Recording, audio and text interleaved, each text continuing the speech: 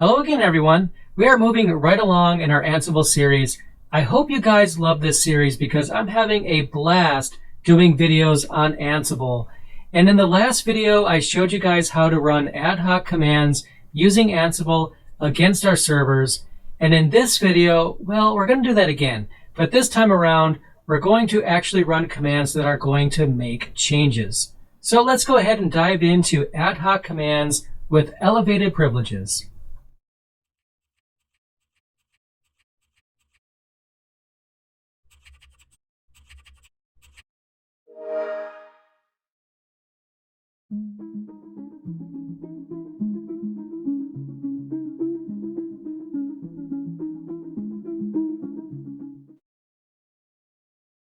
So in the last video, the commands that we ran, they were useful. We could do something like gather information or gather facts, as you see here. And when this runs, it's going to pull a bunch of information about our server, which can be very useful. But again, this doesn't really help us in terms of automation. This is just something that's useful from an information gathering sense, which is what gather facts does, but it doesn't really make any changes to the server itself. Let's go ahead and change that. Let's actually run a command that will make changes. Now the problem here is that we need to run sudo. So if I was to run, for example, on my local workstation apt update, that's going to fail. It tells me permission denied. Why? Because I didn't run sudo. So if I do run sudo, as you already know, that's going to work just fine, assuming I enter the right password here. So anything on a Linux server that makes changes to the server itself is going to require you to either be the root user or use sudo. I'm sure you probably already knew that, but we also have the same problem in Ansible as well. So now I'm going to show you a command that will make changes to your servers. Well, actually, this command is going to fail for the same reason that this command fails. So I'm going to show you the Ansible equivalent of that failed command. So what I'm going to do is run Ansible all -m for module, and this time the module we want to run is apt. So this is specific to Debian and Ubuntu and things based on Debian or forked from Debian. But anyway, we're running the apt module, which if you are a Debian or Ubuntu user, you already know that this is how you install or alter the package database, and we've run this a few times throughout the series so far. And -a for the argument. The argument we want to give it is update_cache, and we're going to set that equal to true. So I'm going to press enter, and again, this is going to fail. And basically, it's failing for the same reason. It's telling us fail to lock apt for exclusive operation. Essentially, it's the same thing as running an apt command without sudo. But it's not even essentially the same. It is the same. Because if we need to use sudo to do this on a Linux system, we also need to make Ansible use its equivalent of sudo as well. So I'm going to recall the previous command here, but I'm going to add a little bit to it. I'm going to add some more options. Here at the end, I'm going to type --become, and then --ask--become-pass. And I should have a link in the bottom in the description below this video that is going to take you through to a wiki article for this video and the others as well. So if you want to go ahead and copy the command, or if you think something isn't running right, you want to compare what you are typing against mine, you can go ahead and check that out. Again, the link will be in the description. But here I'm adding two options, --become and --ask-become-pass. So I'll press enter, and it's asking me for the become password. I'll type the sudo password, which is basically the password for my user account, and press enter. And we're already getting some pretty useful results here. So what exactly happened, and what exactly is this command doing?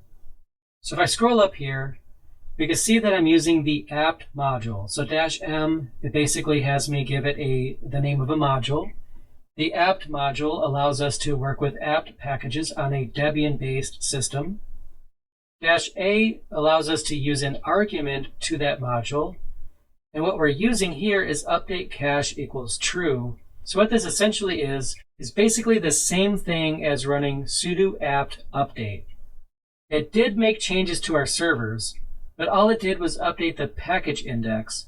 So it's not really a very important change, but it was successful because we typed --become, which basically allows us to elevate the privileges. By default, it's going to use sudo. There's other methods that you can use with become. We're not going to go into that. Sudo is the default. And now that we're running this with sudo privileges, we need to be able to apply a password to it. And that's where --ask-become pass right here, the last option, that's where that comes into play because it asked us for the become password. And since sudo is the default, then that means the sudo password is what we need to give it. Now, if we have a different sudo password on our servers, this is going to fail. Now, later on in the series, we're going to address that. But for right now, I'm going to assume that on each of your servers you have the same sudo password, which is why this is able to work. And on each, we can see that it says changed true. So that means it was able to update the package database or the package index. The command was successful. So now I'm going to pause for a moment to point you guys to something that is very useful. Yes, I will have a link to a wiki article in the description below, and that's going to be pretty useful to you guys, but not as useful as the official documentation. You can see that I've pulled up the documentation for the apt module, as you see right here. It allows us, well, to manage apt packages. And if you scroll down here, you get a list of the arguments. Now, the one we ran, I scroll down here, was this one. That is the argument that we ran. We set it equal to yes. And as you can see here, it's running the equivalent of apt get update. Well, technically, you don't need the -get anymore. Just apt update is fine. But using this, we were able to actually make some changes to our servers, even if the changes we made were just to update the package index. But as you can see here, their documentation is very useful. It gives you all the options that we have for the module apt. As you can see, it's titled right here. These are all the things that we can do with that. So that gives us a lot of flexibility. Now let's go ahead and have some fun. How about we install an actual package onto all of our servers with one command? And this is going to be pretty cool. So I'm going to go ahead and type it out.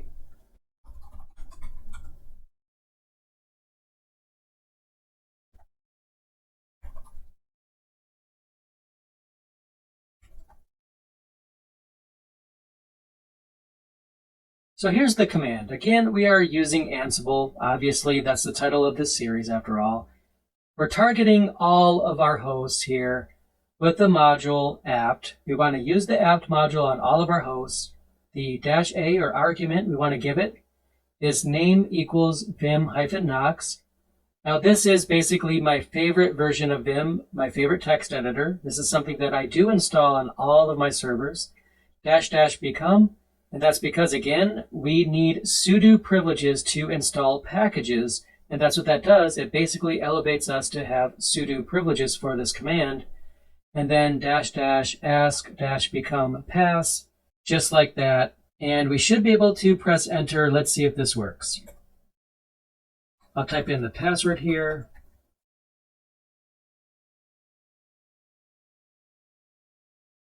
And it looks good to me, right? So if I go here to server 1, we have Vim.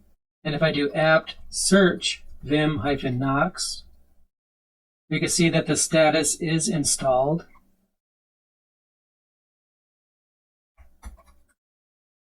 Same thing here. Same thing here. I promise that wasn't installed before. The command that we ran, which is this one right here, allowed us to basically target each of these servers and install a package on them, vim-nox. That's what we were able to do.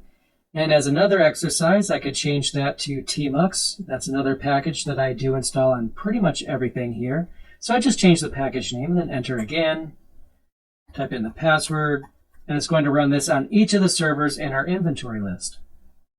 And actually, it looks like I already installed tmux on each of the servers. it says changed false. No changes were made. Why? Because I already installed tmux. I actually forgot that I did that, but I'm glad that I did and that this shows no changes so you can see what it looks like.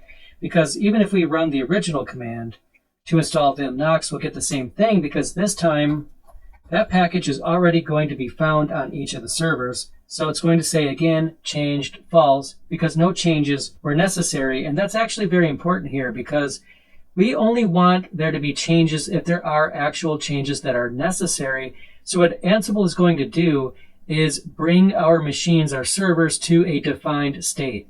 We'll create playbooks with commands like maybe users that need to be created or packages that need to be installed. And if those requirements are already met, it's not going to show a change for those things, only for the things that actually did have a change in order to bring the machine current with a defined state. If I go to any one of these servers here, and then into the var log directory, we actually have an apt folder right here. And this is for logging changes with apt. I'm going to cd into that. And we have a history log file right here. You can see it, history.log.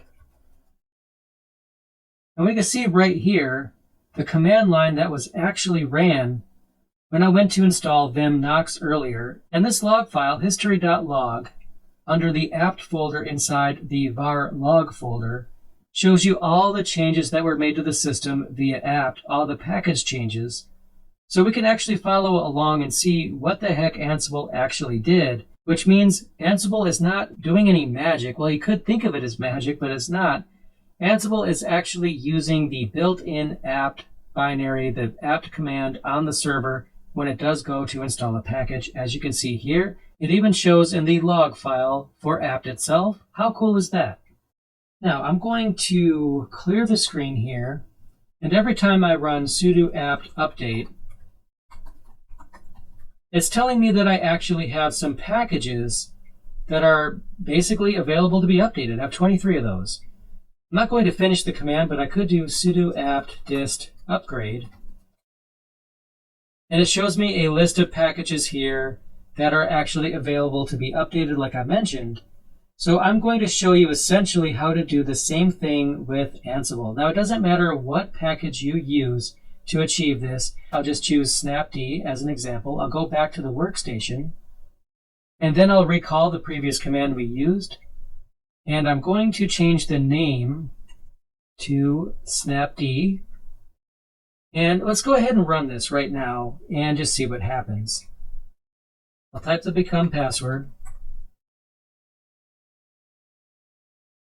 Now the result on each is changed false. That means that this package is already installed on all of the servers. Now that package snapd, as you can see, it's right here. It's showing that an update is available for that package. So what we can do is recall this command, and we can actually go ahead and update that as well. So what we're going to do is put quotes around this right here, because if you are going to have more than one argument, you do need quotes. And the other argument we're going to add is state equals latest. I'll press enter.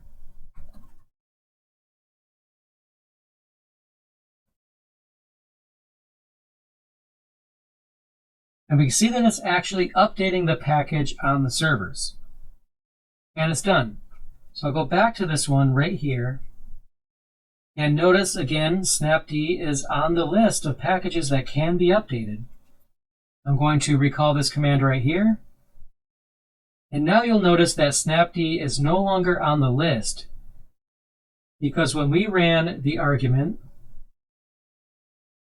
state equals latest, as you see right here, that's going to make sure that the package that's installed, and we told it what package we want to install by giving it name equals snapd, it's going to make sure that it's the latest version available, which means it'll go ahead and update it if necessary. Let's have a little bit more fun here. Let's go ahead and use a different argument altogether. I'm going to take all of this off right here, and I'm going to type upgrade equals dist. You probably already knew I was going to go this direction, but what I'm going to do is install all of the updates on each of the servers. So I'll press enter, and then the password again.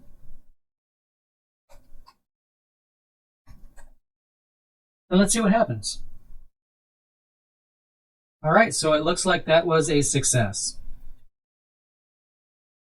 But back on server 2, if I clear the screen and run sudo apt dist upgrade, it shouldn't show that any updates are necessary at all or even available at all. And there you go.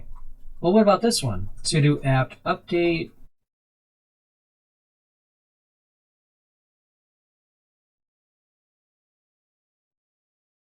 Nothing.